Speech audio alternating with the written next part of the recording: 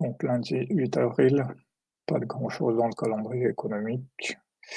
Les earnings, c'est plutôt vendredi, donc il n'y a pas vraiment de catalyste. Donc la clé de cette journée, c'est le bon sens. À l'open, accumulation sur mi-vache, non, c'est mi-VU. Sur mi-VU, puis braquage, achat.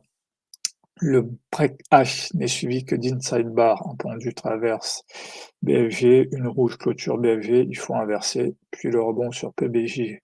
En l'absence de catalyste, probablement un range, puis à 18h45, accepter les signaux contradictoires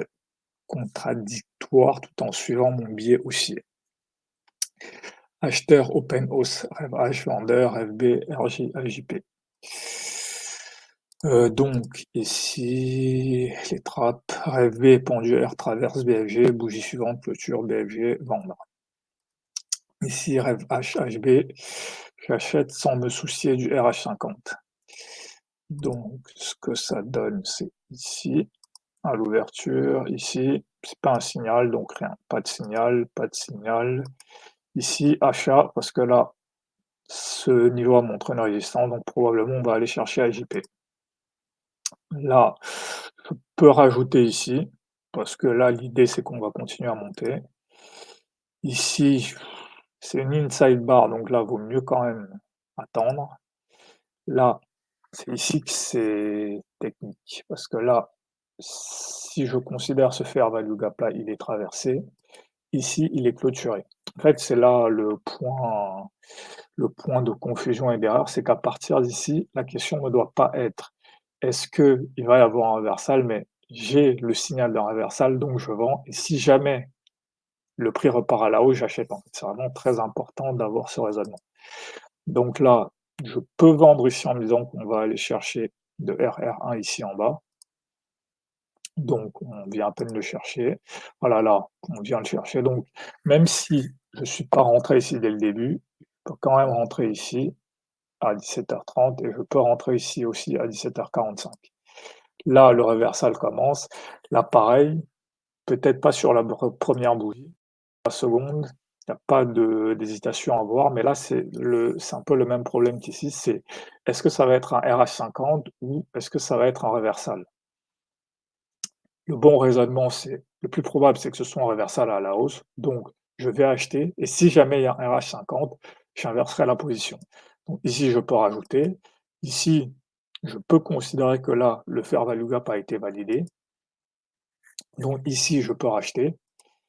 Là, je peux même continuer à racheter en me disant, bah, le fair value gap est toujours validé.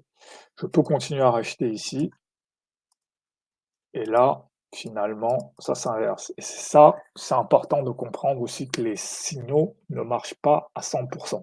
Au mieux, c'est 60, au mieux 60, 80%, c'est déjà pas mal. Donc, il va aussi y avoir des moments comme ça avec des signaux contradictoires et soit je continue sur mon biais haussier, donc je continue à acheter, soit à un moment, je considère que bah, je vois que cette hausse n'est pas suivie et à chaque fois qu'on a une hausse, elle est inversée, donc je me mets à vendre. Mais c'est juste un choix et se tenir à ce choix-là, en fait, mais ne pas essayer de développer l'idée que les setups vont marcher à 100. Donc les moments clés dans cette journée, c'est vraiment ici, c'est à l'ouverture quand il y a ce breakout, parce que ça, c'est un breakout de l'open. Ensuite, cette phase de stagnation aussi où là, la hausse, voilà, la structure de hausse, je peux considérer qu'elle est invalidée ici. Voilà, quand on essaie de remonter, qu'on redescend, ça se voit ici en M5. Ici en M5, pareil. À l'ouverture, on essaye de baisser ici, puis on remonte. Ici aussi, c'est intéressant sur le REV H parce que je retrouve une structure. On essaye de breaker ici, et puis immédiatement qui est avalé. Donc ça, c'est aussi un bon signal que la hausse va continuer. Donc voilà, donc les bons signaux étaient vraiment ici à 17h30, ici à 16h et celui-là à 18h25. Même s'il ne va pas jusqu'au bout, ça c'est pas important, mais l'important c'est de le prendre. Et ici, voilà, je vois les signaux contradictoires qui commencent ici. Ça fait aussi partie du jeu. Donc voilà pour cette journée. Et voilà, important dans les moments de flottement, lire les bilans hebdo, identifier les unités gérées, noter les trappes pendant la session, parce que c'est là où les informations sont encore fraîches. Ah oui, ça, j'ai oublié de le déplacer.